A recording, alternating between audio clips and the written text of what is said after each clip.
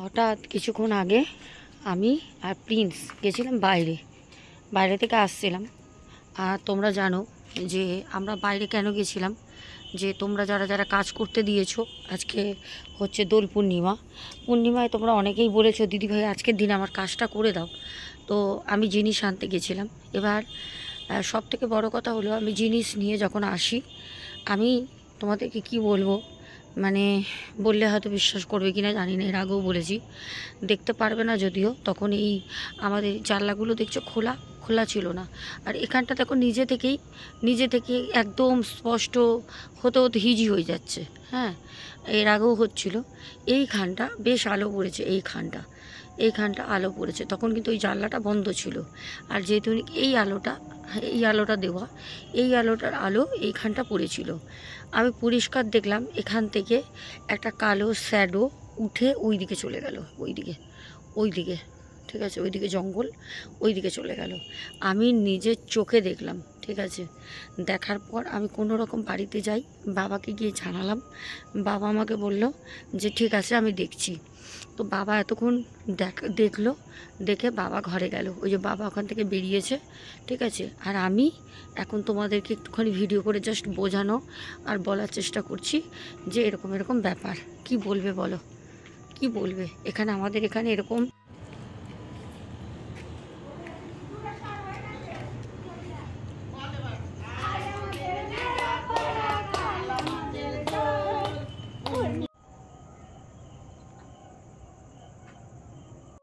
Hello বন্ধুরা, আজকে হচ্ছে দোল পূর্ণিমা, ভরা পূর্ণিমায় আজকে আমি একা আমাদের এখানে দাঁড়িয়ে রয়েছি। চারপাশটা কীরকম একটা অদ্ভুত পরিবেশ।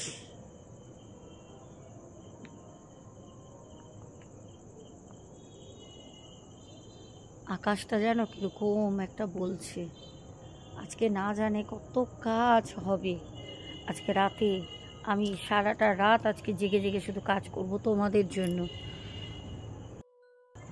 এখনের মতো টাটা, আজকে রাতে অনেক কাজ। এখন যাচ্ছি আমি জিনিসগুলো আনতে, সবার কাজের জিনিস সবার দেওয়া। চলো টাটা, গুড নাইট।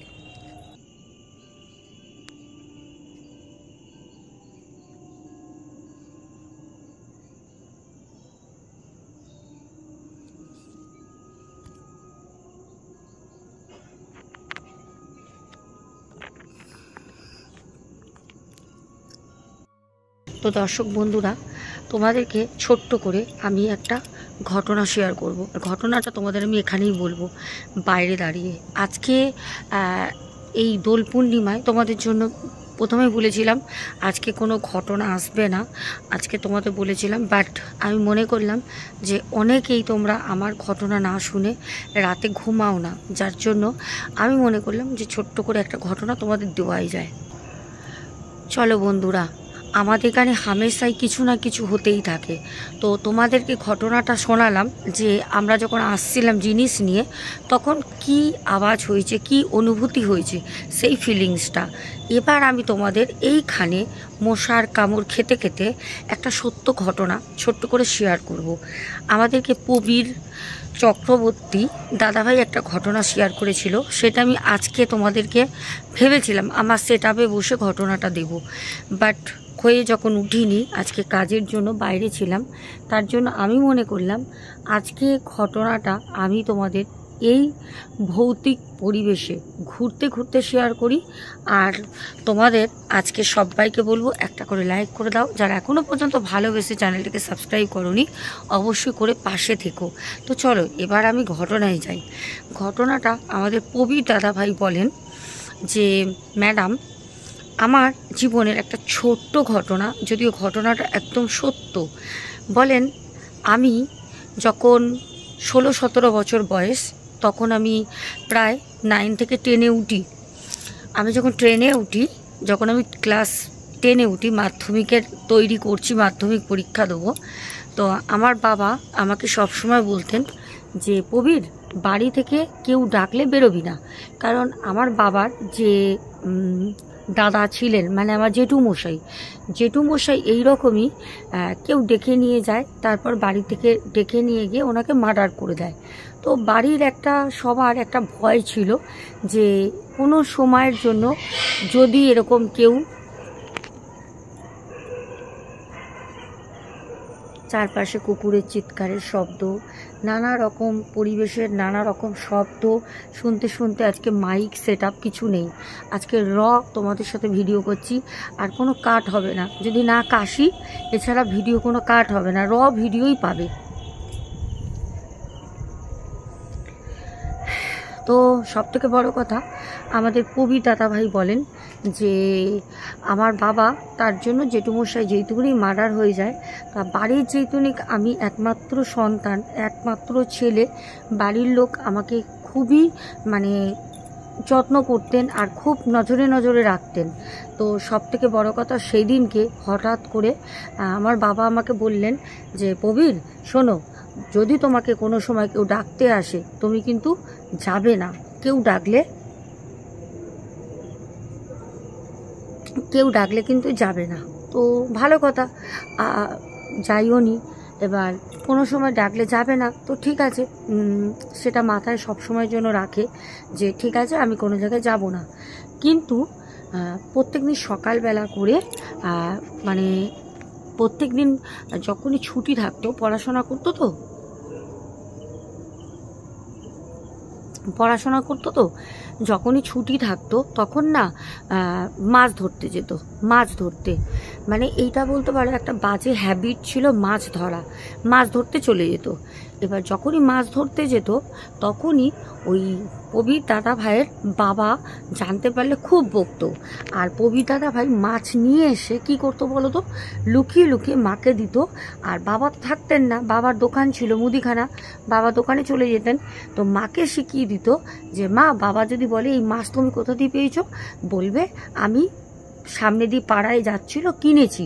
এবার কি মাছ পেত, 5-6 রকমের মেশানো মাছ, কোনো সময় হয়তো তেলাপিয়া, কোনো সময় বাটা, কোনো সময় চারাপোনা, কোনো সময় কাতলা, কোনো সময় পুঁটি, এরকম নানা রকমের মাছ পেত। ঠিক আছে, এবার অনেকবার জিজ্ঞেস করেছে যে কি ব্যাপার, তুমি এরকম নানা রকমের মিলানো মাছ নাও কেন, এইসব মিলানো মাছ আমাদের ঘরে কেউ তোলে না।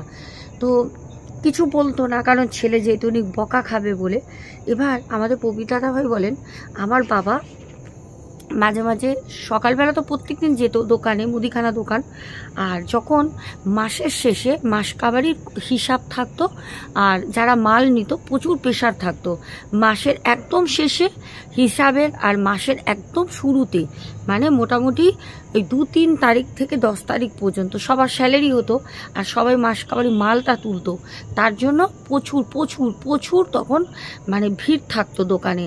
আর ওই সময় বাবা তো চলে যেত, এই সুযোগ নিয়ে আমাদের প্রবীর দাদা ভাই যেতেন মাছ ধরতে। বলছে এরকমই একটা অভিজ্ঞতা আমি বলি, আমার একটা বন্ধু ছিল, ওর নাম হচ্ছে সজল, আর আমাদের প্রবীর দাদা ভাই দুজনে গেছে মাছ ধরতে।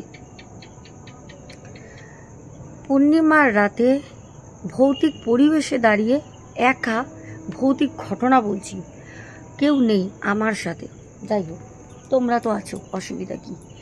সব থেকে বড় কথা বলে প্রবীর দাদা ভাই যে আমার যে বন্ধুটার সাথে সজলের সাথে আমি গেছি মাছ ধরতে। এবার সজল আমাকে বলল অল্প কটা চুনো মাছ পেয়েছি আর অল্প কটা ওই তোমার তেলাপিয়া মাছ এইসব পেয়েছিল।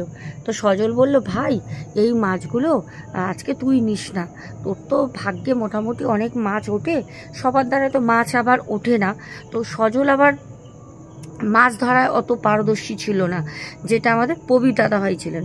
তো প্রবীর দাদা ভাইকে বললো তুই আজকে মাছগুলো আমাকে দিয়ে দে রে, তুই আজকে মাছগুলো নিস না।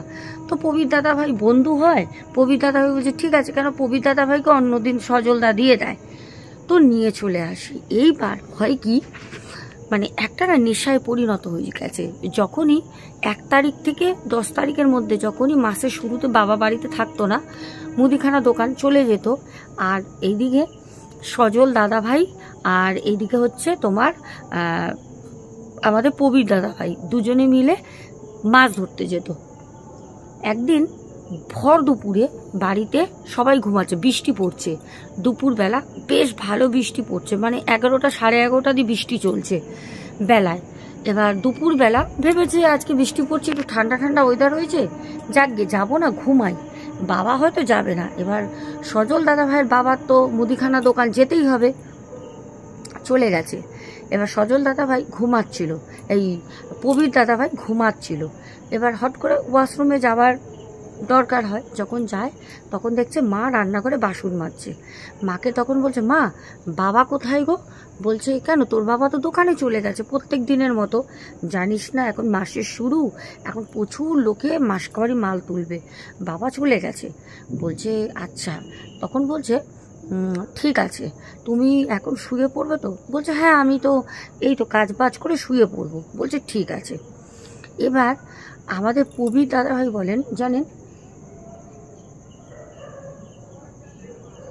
বলছে জানেন আমি একা একা ঘরে শুয়ে রয়েছি, একা একা শুয়ে রয়েছি, এরকম সময় হট করে মানে কি বলবো, আমার যে সজল বলে বন্ধুটা, ও আমাকে ডাকে। এবার হয় না, দেখবে চুপচাপ শুয়ে থাকার পর হট করে মনে একটা আনন্দ আসলে ও ডাকছে, তা এরকম সময় উঠে যাবে। তখন আমাদের প্রবীর দাদা ভাইয়ের পায়ে হচ্ছে পটি। বলছে হঠাৎ আমার পেটে এত চাপ পড়ে, খেয়ে শুয়েছিলাম কিছু হয়নি, হঠাৎ এত চাপ পড়ে। তখন আমি ভাবলাম যে ওকে বললাম যে সজল ভাই তুই যা, আমি আসছি। সজল আমাকে বলল বাইরে দিয়ে, ডাকলাম বস, ও বলল আমি আসবো না। আমি তখন বললাম তুই যা। তো সজল আমাকে চিৎকার করে বলল যে প্রবীর আমি তাহলে যাচ্ছি, পুকুরের পাশে বসি, বুঝেছিস, তুই কিন্তু চলে আসিস। বলছে ঠিক আছে। এবার আমি বলছি আমার গায়ে কাটা দিচ্ছে, জানি না কেন। বলছে আমাদের মানে সজল দাদাভাই তো চলে গেছেন, প্রবীর দাদাভাই পটি টটি করে জামা কাপড় ছেড়ে উনি পয় পরিষ্কার হয়ে যায়, গিয়ে দেখছে যে পুকুরে ওখানে কেউ নেই, পুকুরে ওখানে কেউ নেই, আর মুষলধারে বৃষ্টি পড়ছে কিন্তু, আর গাছের তলায় বলেছে বসবে ছাতা নিয়ে, কেউ নেই, ঠিক আছে কেউ নেই। এবার হট করে কি হবে, বলছে কোথায় গেল? তখন ওই সজল সজল করে চিৎকার করে যে সজল তুই কোথায়, সজল তুই কোথায়, আমি তো তোকে দেখতে পাচ্ছি না, কোথায়? যখন বারবার করে চিৎকার করে তখন সজল দাদা ভাই মানে খুব জোরে চেঁচিয়ে বলে যে প্রবীর প্রবীর তুই এইদিকে আয়, আমি এইদিকে আছি। মানে ওখানে যে ঝোপ ঝাড় জঙ্গল রয়েছে ওই দিকটা বলে তুই এখানে আয়, আমি এখানে আছি, ঠিক আছে। এই কথা যখন বলে তখন প্রবীর দাদাভাই বলছে যে আচ্ছা ঠিক আছে আমি আসছি। প্রবীর দাদাভাই বলছে জানেন আমি যখন ওখানে যাই, গিয়ে দেখি ওখানে কেউ নেই, ওখানে কেউ নেই। আমি তখন ওকে ডাকছি, আমি বললাম কী রে তুই কোথায়, আমি তো তোকে দেখতে পাচ্ছি না। বলছে দেখ আমি এখানেই আছি, তুই আয় তুই আয়। বলছে বিশ্বাস করবেন না, আমি ওর গলা শুনছি, শুধু আমি সজলের গলা শুনছি, আমাকে ডাকছে, কিন্তু সজলকে আমি খুঁজে পাচ্ছি না, সজল কোথায়। আমি বলছি তুই কোথায় ভাই, ওকে বারবার করে বলছি, কিন্তু ওর কোনো কিছুই পাত্তা নেই, শুধু কিন্তু ডাকছে। একবার মনে হচ্ছে পুকুরের ওই প্রান্তে, একবার মনে হচ্ছে পুকুরের এই প্রান্তে, একবার মনে হচ্ছে পুকুরের ওই প্রান্তে গাছের গোড়ায় ওখানে, একবার মনে হচ্ছে ওই দিকে জঙ্গল আছে ওই দিকে। মানে বলছে আমি পাগল হয়ে গেছি ওকে খুঁজতে খুঁজতে। লাস্টে দেখি মানে এমনি তো মেঘলা ওয়েদার, অন্ধকার অন্ধকার একটা ওয়েদার হয়ে আসছে।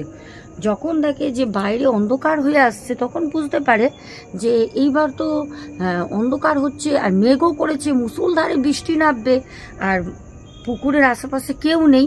তখন প্রবীর দাদা ভাই বুঝতে পারে, প্রবীর দাদা ভাই যে না আমার সাথে কোনো রকম এখানে অন্য কিছু একটা বিষয় হচ্ছে, আমাকে এখান থেকে বেরিয়ে যেতে হবে। এই বলে তখন সাথে সাথে ওখান থেকে দৌড়াতে দৌড়াতে বাড়ি যায়। যখন দৌড়াতে দৌড়াতে বাড়ি যায়, বাড়ি গিয়ে যখন জুতো খুলছে ছাতা রাখে বারান্দায়, তখন প্রবীরদার মা বলছে কিরে একা একা কোথায় গেছিলিস, তুই তো আবার সজলকে ছাড়া চলতে পারিস না, কোথায় গেছিলিস? তখন বলছে আর বলো না। বলতে বলতে সজলদা ঘর থেকে বেরিয়ে বলছে কিরে প্রবীর তুই কোথায় গেছিলিস? তখন প্রবীরদা বলছে আরে ভাই তুই কখন আসলি, তুই এখানে বসে আছিস? তখন সজলদার মা বলছে, তখন প্রবীরদার মা তখন বলছে কেন কেন রে? সজল তো 4টের সময় এসছে, 4টে দিয়ে এসে বসে রয়েছে, 4:10-15 হবে, 4:10-15 হবে এসে বসে রয়েছে। তখন বলছে 4:10-15। ভাই তুই আমাকে ডাকিস নি? বলছে আমি ডাকবো তোকে? আমি কখন ডেকেছি? বলছে তুই আমায় ডাকিস নি। কিন্তু ভাই আমাকে যে এসে ডাকলো মাছ ধরতে যাওয়ার জন্য, আমি ওকে বললাম ঘরে আয়, ও বললো আমি পুকুর পাড়ে গিয়ে বসছি। বলছে আমি তো আসিনি। যদি এখানে সজলদা না আসে, সজলদা যদি আসতো তাহলে সজলদা ঘরে তো কোনো মতেই এসে বসতো না। আর সজলদা যদি না আসে তাহলে আমাদের প্রবীরদাকে কে ডেকে নিয়ে গেল? সজলদার নাম করে কে ডেকে নিয়ে গেল? এই একটা বড় প্রশ্ন আমাদের মনে থাকবে, আছে। আর সব থেকে বড় কথা, আমাদের প্রবীরদা বলেন আমি ওর পর থেকে সজলকে খুব ভয় পেতাম। সজল যখন আমার বাড়িতে এনি টাইম আসতো, দিনে দুপুরে রাতে কোনো সময় আসলে আমি খুব ভয় পেতাম। কারণ আমি মনে করতাম যে ওর রূপ ধরে সত্যি সত্যি অন্য কেউ আসেনি তো, হতে পারে এইটা ওর না, অন্য কেউ এসছে। আমি খুব ভয় পেতাম। এটাই ছিল আজকে আমাদের ছোট্ট 14 মিনিটের একটা ঘটনা। আমাদের প্রবীরদা পাঠান এটা দত্তফুলিয়া থেকে। আজকের ঘটনাটা কেমন লাগলো? যদিও বলেছিলাম আজকে তোমাদের কোনো ঘটনা শেয়ার করব না, বাট জানি না মনটা চাইলো যে তোমরা হয়তো অপেক্ষা করে থাকবে। দিতে দিতে একটু তো রাত হয়ে যাবে, এখন প্রায় 11টা বেজে গেছে। আমি তোমাদের জন্য রেকর্ড করছি, যদি অতটা কাট নেই, আমি র ভিডিও দেব, যেরকম আছে সেরকম ভিডিও দেব, ঠিক আছে? আমি এর মধ্যে কোনো কাট করব না। আর একটা কথা বলি, আজকে হচ্ছে দোল পূর্ণিমা। দোল পূর্ণিমার সবাইকে অনেক অনেক ভালোবাসা, শুভেচ্ছা, অভিনন্দন রইল। সবাই খুব ভালো করে কালকে দোল খেলো। তবে একটাই কথা বলবো, জল ফালতু নষ্ট করবে না, পরিষ্কার কথা। আর রং খেলবে, হার্মফুল কোনো কেমিক্যাল মেশানো রং না নিজেরা ব্যবহার করবে, না নিজেদের বাচ্চাদেরকে দেবে, অবশ্যই কাউকে দিতেও দেবে না। প্রয়োজন হলে আবির খেলো, প্যাকেট আবির, লুজ আবির কেউ কিনে নিয়ে আসলে পায়ে দাও, ঠাকুরের ফটোতে দাও, বাট কেউ স্ক্রিনে দিও না। লুজ আবির কেউ স্ক্রিনে মেখো না, প্যাকেট আবিরগুলো মাখো, ঠিক আছে? লুজ আবির মাখলে দেখবে স্ক্রিন র্যাশ বেরোবে, দেন পুরো ড্রাই হয়ে যায়, কারণ ওর মধ্যে কেমিক্যাল মেশানো থাকে। তো অনেকগুলো কথা বললাম, কারণ বলতেই হবে, তোমরা হচ্ছে আমাদের পরিবারের খারাপ হোক, সেটা ক্ষতি হোক, সেটা কারোরই, আমি সেটা মেনে নেব না।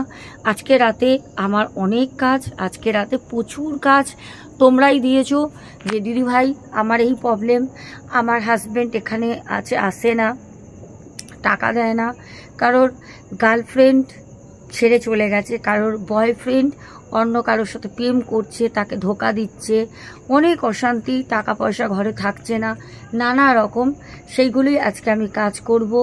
দেন আর হ্যাঁ, একটা কথা লাস্টে বলে রাখি, প্রত্যেকটা মানুষ যারা এই কদিন আমাকে কাজ করিয়েছো, সবাই সোমবার মঙ্গলবারে জিনিস পেয়ে যাবে, সোম মঙ্গলবারের মধ্যে জিনিস পেয়ে যাবে।